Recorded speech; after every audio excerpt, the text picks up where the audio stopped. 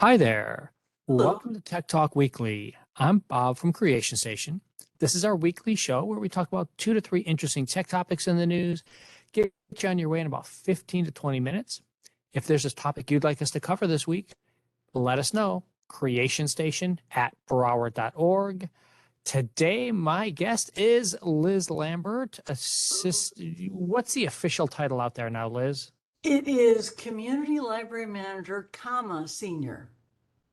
And Okay. you can't Out forget at, the comma. yeah, forgetting the commas. Out at Southwest Regional Library, the far west outpost for us here in Broward County.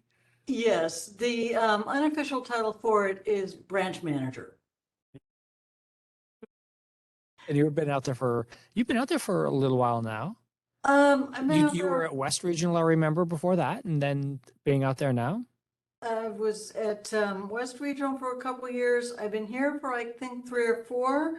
I actually started at North Regional, I think at about the same time you did, Bob. Yeah, I remember the Sherlock Holmes hat. Oh, yeah, it's been a while. Yeah, I That am a has. Sherlock Holmes fanatic. And yes, I Yeah. used to have a Sherlock Holmes display that I would put up at North Regional periodically. And Well, you know what's coming out to you this fall? Storybook Festival, Mysteries. I'm expecting to see it when I oh, show up out there. I didn't know that it was So the theme is mysteries this year. mysteries. That's cool. Yeah. Yeah. We're going to talk more about what's going on in the libraries in a minute, but first, let's talk about these stories today. And this first one is, I always find these stories interesting because you have to really read and then you have to kind of think about it. So the gist of the story that USA Today put out was if you take a lot of naps, you have a higher risk of stroke or high blood pressure. But then when you start digging into the actual story, and just like always, we like to post the original studies. So here we go. Here's the original study from the American Heart Association. Mhm. And they find out, yeah, there's a link here, but it may not be what you're thinking. What did you Yeah. think? What did you think about how this article here was all quite framed in talking about this idea?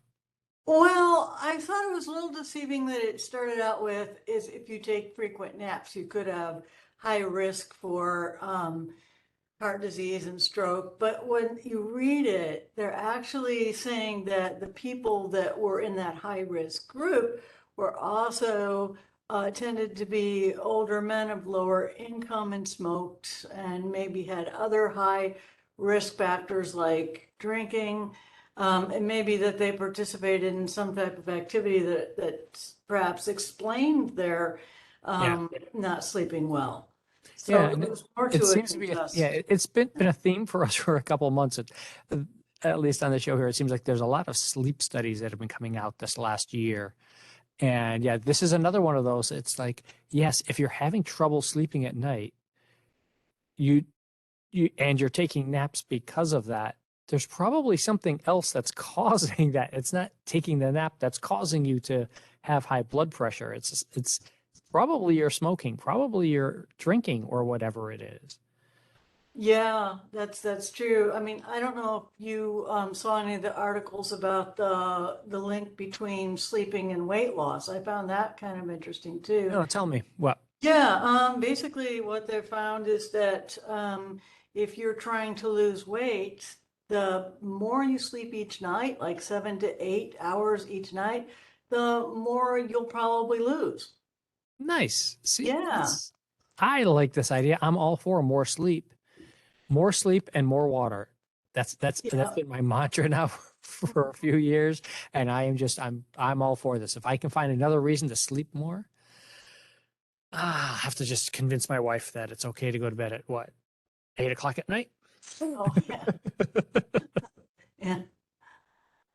I don't think I'm going to get away with that one. Oh, But yeah, the other issue about this one was, like you said, who's in the study? And yeah. this study was all about older white males, almost all of them. Only the ones that were younger than age 60 had any of these serious effects. So all of the older people, they were all right in the same range, which to me tells you napping's not the problem. Right. Yeah. Well, one other problem that I think many studies have is that I think they're getting better about this, but traditionally a lot of the studies have been done with men Yeah. and have not always included women in the There's studies. 50% of the population we're missing here, folks. Yeah. Yeah, Yeah. You need more diversity in your field. In the field of who's doing the studies too, right, so that people will catch those errors beforehand, right. and maybe a wider diversity of what people are aware of, which kind of leads us into our next story. Um, do you know what a leap second is, Liz? Yeah, and I found this article interesting. Basically, what it is that scientists have figured out that the Earth travels around the sun X number of seconds each year, but every 8 years or so, for whatever reason, you have to add an additional second. Yep. Um, Kind of just like leap years. Every so many years, you have to add a leap year. Yeah. and the problem that this causes is for computers. There, it kind of throws some computers for a bit of a loop because computers are very exact at counting the minutes and seconds of the day, but then throw in an extra second, and it kind of can be rather chaotic. And I guess the tech company Meta, which is the owner of Facebook, is one of the Yeah. leaders of saying that we need to do something about this. Yeah, But and that's what caught my eye. Is like, well, it's really complicated to program our computers to use these leap seconds, so let's get rid of them. I'm like, wait a minute. yeah, This is the whole point, is you're supposed to be programming your computers to handle the complicated things. It's like, and if you, as you get, as always, these articles will be here for you to go down in the notes and follow along, and you'll see that Facebook is proposing this idea of the smear second. So instead of just adding 1 second all at once, it gradually adds part of a second every so often. I'm just like, yeah, I thought that was kind of interesting solution. Um, the thing is that it was suggested in 2015 that they should do something about this. And the next one's due out in 2023, which is what, just a year from now. it took us way longer to deal with something as straightforward as Y2K and all Yeah, the work they did for almost a decade fixing that. I don't think they're going to be able to fix every computer in the world in 12 months. probably not. No, Probably not. it's not a thing.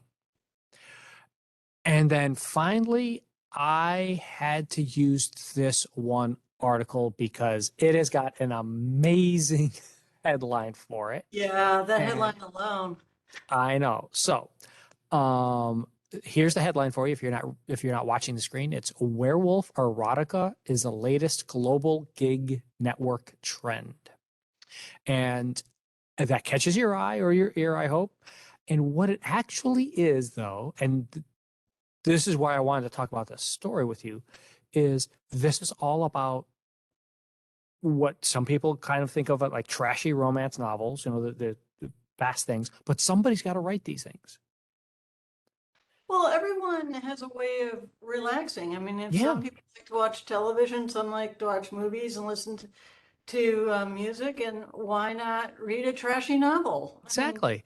And yeah, somebody has to write that novel for you to read it. And so this has become a gig economy thing around the world.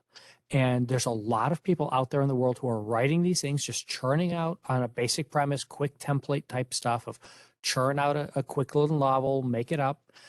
And that's where this article takes that turn of who's having to do what, who's writing how much, what are you allowed to write, what are you doing? One of the big examples they use in here is that a lot of these authors are out of China, actually. mhm. And Tencent, which is TikTok's parent company, is one of the huge ones that's doing this, where they are actually funding authors to write. Um, but they're picking exactly very specific things. Like you're not allowed to use Chinese culture, even if you're a Yeah, Chinese writer. You got to you got to write it in an American culture thing. And I'm like, yeah. I wasn't thrilled with that either. I mean, it's also saying that many of the writers come from like Nigeria and like you said, China and other countries, and yet their audience is many Western women in the United States and Europe. Mhm. And so they're telling them that they have to write using Western characters and Western settings. And they're, and that's just not fair because they're not being able to write about what they know. Yeah. And Um, just in case anyone thinks we're just talking about some little tiny niche thing, mhm. this is a almost $4 billion a year market.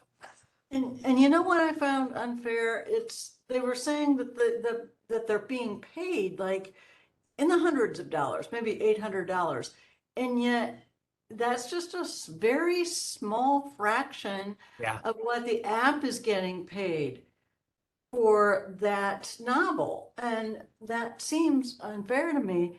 On the other hand, we were also talking a little bit about before this, the old fan fiction net Yeah. that people used to write for free for. I think it's still going. I'm not sure.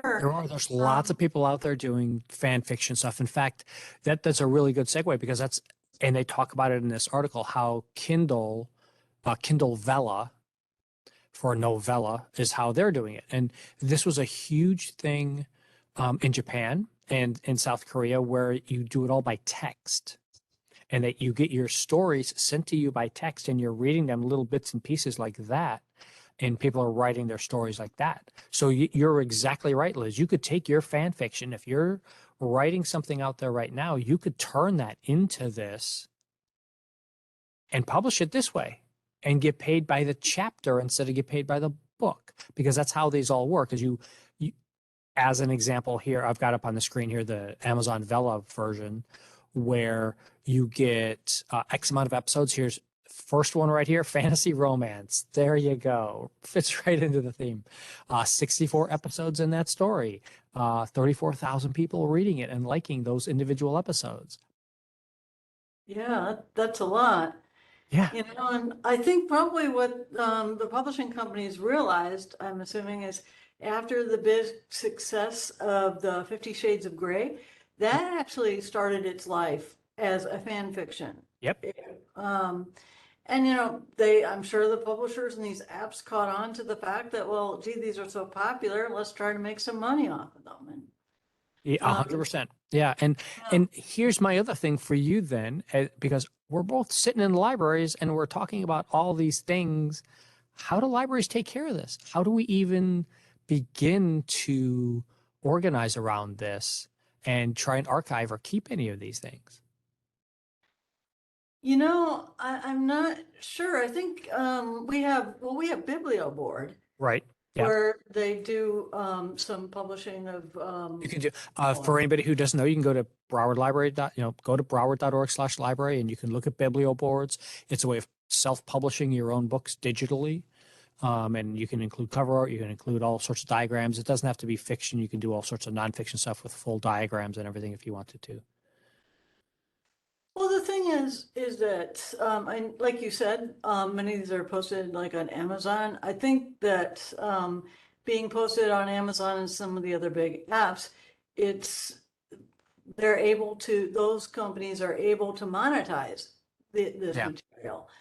And I'm assuming some of those authors do it even for the small amount that they get. Perhaps they figure it's better than publishing it for free. I don't know.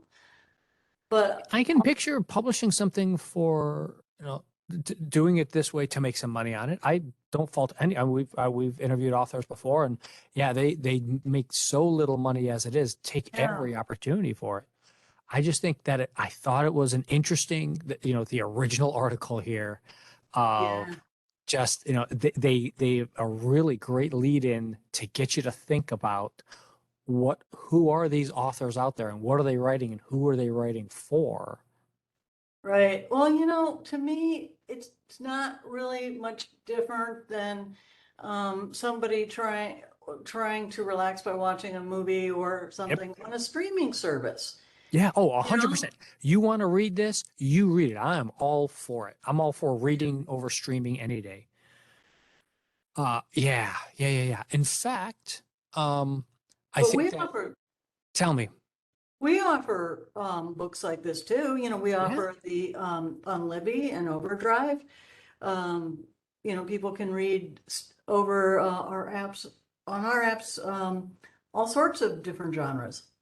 I don't Yeah. know if there's werewolf erotica fan fiction, but I'm um, gonna bet there is. I'm gonna probably bet there's an urban fantasy, something there that someone's gonna be able to find out there in an age appropriate way. That's gonna be out there. yeah. I'm pretty sure that's there. And our last story today is the one you brought us, which is another author thing. Tell us about this.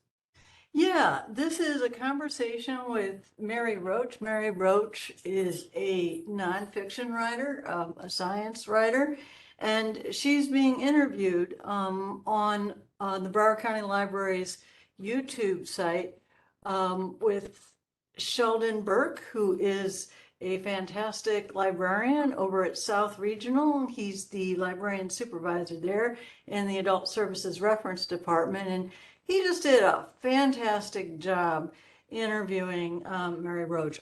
This interview, it lasts about, I think, 45 minutes, and I really enjoyed it. I was not familiar with the author before, but I definitely want to read up on some of her works now. She's got some fun stuff. Who Oh yeah, it sounds like it.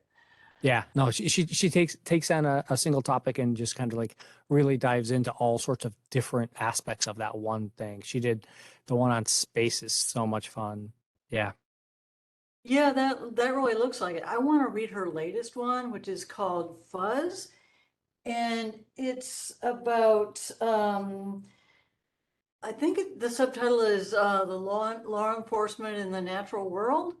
I may have gotten that wrong, so please forgive me. But basically, she goes into various stories about things that are going on. Like they test how airplanes can better survive bird strikes by they invented this gun that shoots out chickens. Um, Now the chickens were already dead. They were Yeah. These are yep. yeah, it's to mimic like pelican strikes, Yeah.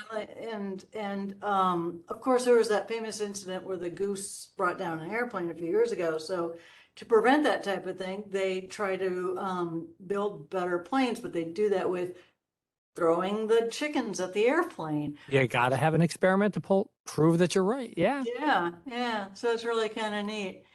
And they were talking about um, another story in there where there's a woman that has a hair library of animals that when they come across things that have been smuggled by well, smugglers who have, Yep. for whatever reason, um, have